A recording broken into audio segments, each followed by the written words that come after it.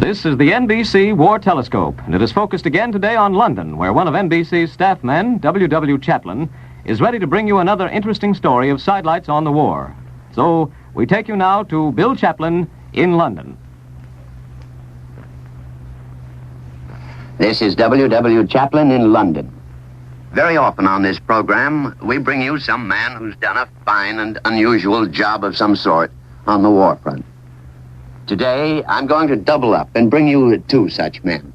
You just about have to do these men together if you do them at all, or you'd be apt to hear from their mother in Texas about it. You see, they're twins, and their mother likes to have them with each other. Not even the greatest war in history has been able to separate them for long. It did for a little while, but Mrs. Sam Zimmerman of Corpus Christi, Texas, fixed that.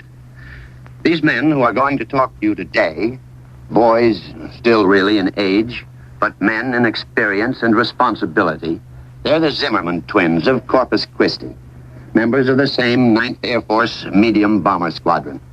But first, let me give you a little background on these boys. They finished high school when they were 16, and both became surveyors, both Emmanuel and Harold Zimmerman. When we got into the war, well, the boys decided that they had to get in too. They enlisted together. Both asked for service with the Air Forces, and both applied for training as aerial gunners. That was in November of 1942, when they were 19.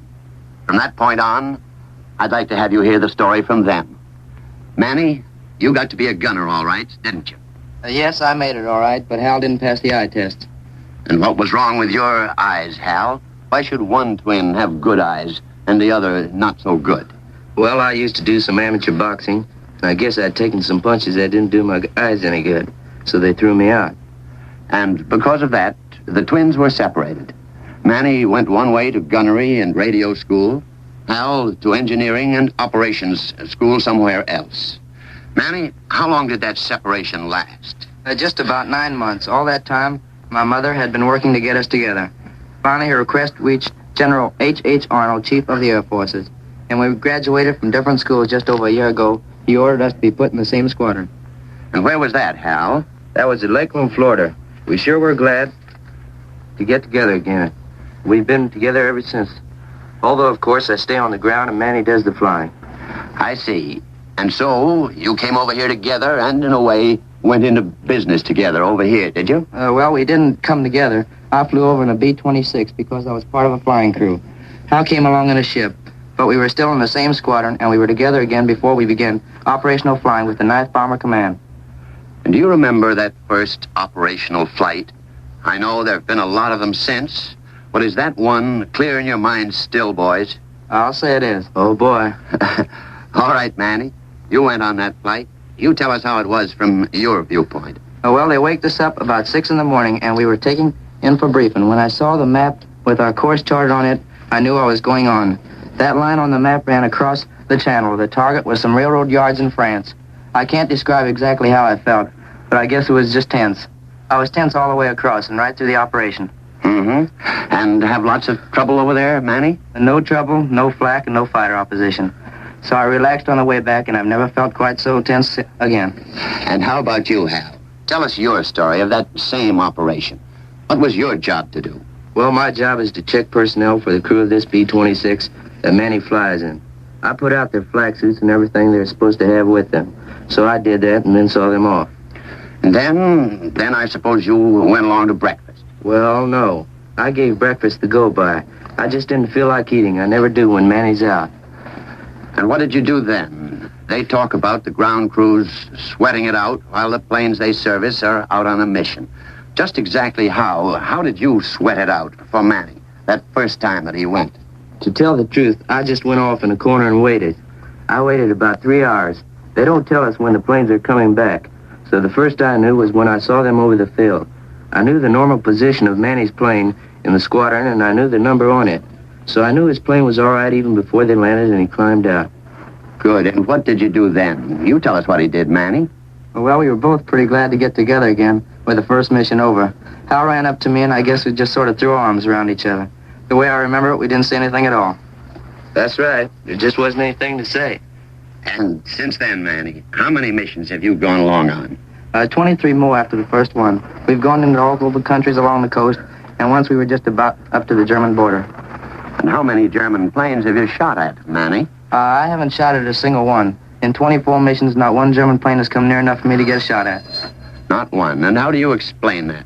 I've heard the Germans do have fighter planes. Yes, but we have better ones, and that's why I haven't had any gunnery to do. Our fighter escort just doesn't let them in. That certainly is a well-deserved tribute to our fighter pilots. I suppose you have had experience with flak. Yes, we've been through a lot of that. On a third mission, I was in my plane that was hit by flak. One piece struck right under me, and it just seemed to boost me up in the air. But we've got back all right, and that's luckier than some of our pals have been. I suppose so. And how do you fellows get along with your officers now? Pretty good fellows, are they, Hal? They're tops. Major Delwyn Bentley, our commanding officer, has been with us ever since we left the States. He comes from Wyoming. He's a good Joe. And I guess that's something every officer would like to have his men say of him. It's not fancy, but it comes from the heart. He's a good Joe. Now, fellows, 24 missions is a lot of missions. And I suppose one of these days you'll run the number up so high that you'll get a furlough home. Anybody special you're interested in to get back to sea? Is either of you engaged? No, not engaged, but I've been going with Miss Peggy Eisen of Kansas City for about 3 years. It will certainly be wonderful to see her again if that furlough does come around. All right, Manny, and how about you, Hal? Who's your girl back home? Well, I guess you can just say that my girl is my mom. Fair enough. And I'm sure that will be good news to Mrs. Zimmerman in Corpus Christi. You know, we notified her that you boys were to be on the air today. Now, one of you mentioned a few minutes ago something about your pals. Have you got pals in the squadron who have been with you right through? You tell us, Hal. Yes, we have. I guess our best friend in the squadron is Staff Sergeant Nathan Wilson of Charlotte, North Carolina. We trained together in the States, and we've been together ever since.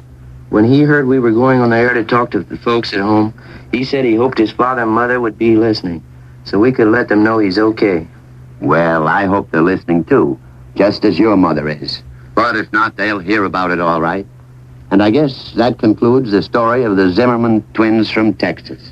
One who flies against the enemy, and the other who stays back at base and sweats it out. I wouldn't dare guess myself which is the harder job. But they are working together, and that's what their mother wanted. Incidentally, this Zimmerman family is represented over here by even more than the twins. Their sister, Mrs. Irving Kahn, is married to a Navy flyer, and he's in this theater, too. Thank you very much, boys. I'm sure each one of you will look after his twin just the way that Mrs. Zimmerman wanted it, and that not too far in the future, you'll be back home again. You've heard how these boys, flying and servicing the bigger planes, give full credit to the fighter pilots who go along to protect the bombers. That's generous of the bomber boys, but the fighter men have earned that generosity.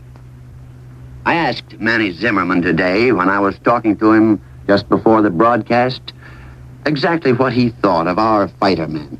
And he put it good and strong, though in a very few words. He just said, they're tops. He was right, and his praise goes for both pilots and planes that we've got over here. I'd like to tell you a little story about one of those fighters and the plane that he flies.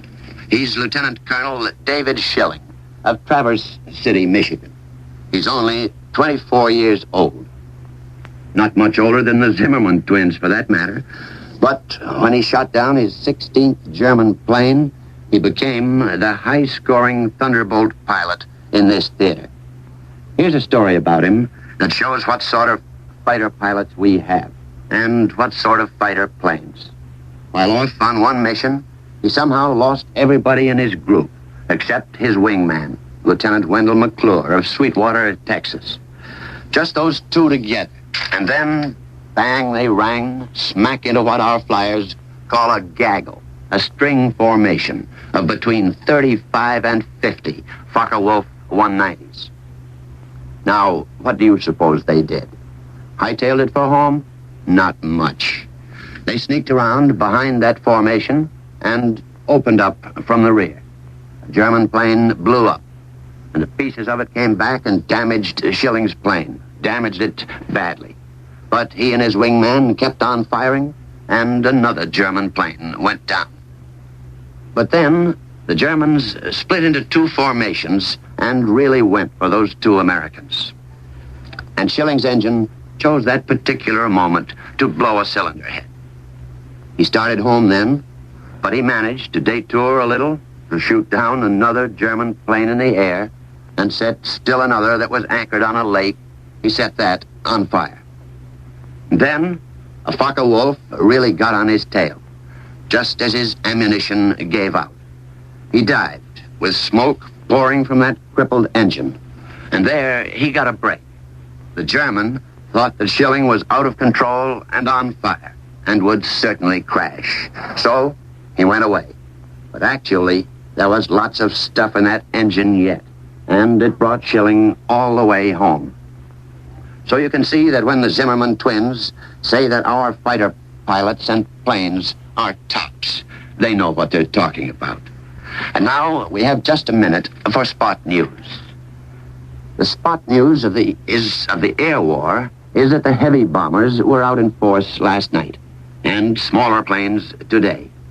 The French coast apparently received the bulk of the Allied attention. The Germans failed to retaliate in the air, though they did open up their coast artillery guns, firing across the Straits of Dover from the region of Calais. Less than a dozen shells were fired, and British guns did not reply. The alert in the Dover area lasted about an hour, but the actual shelling was maintained for less than 10 minutes. London papers, having little home news today beyond the bombing story, just about split their front pages between the fighting against the Germans in Italy and the Japs in the Pacific and in Burma. Everyone I've talked to here seems confident that at last real developments are to be expected in Italy. I think it will cause little surprise here if the Hitler line in Italy should collapse far more speedily than the Gustav line did. There's a noticeable new spirit of optimism. The interest in the fighting against the Japs is equally keen here, though I find no tendency to think that that part of the war can be anything but hard and long. That's a general feeling. Also, I have found absolutely no indication here that the British, the ordinary Britisher, doesn't consider that the war against the Japs, the war of the United Nations against the Japs, is just as much Britain's war as America's war. That's a very general feeling. A great deal is made in the press of the part the British are playing already in Burma, and the part that the British are playing also in the new Allied Navy Air Force bombing of Surabaya in the Dutch East Indies, which was the principal Dutch East Indies naval base. And that's the main spot news today. And now, back to the newsroom in New York. So ends the NBC War Telescope for this week, a program offering you interesting sidelights on the war by members of the NBC London staff. Today's program, a feature of the NBC News and Special Events Department, presented W.W. Chaplin. This is the National Broadcasting Company.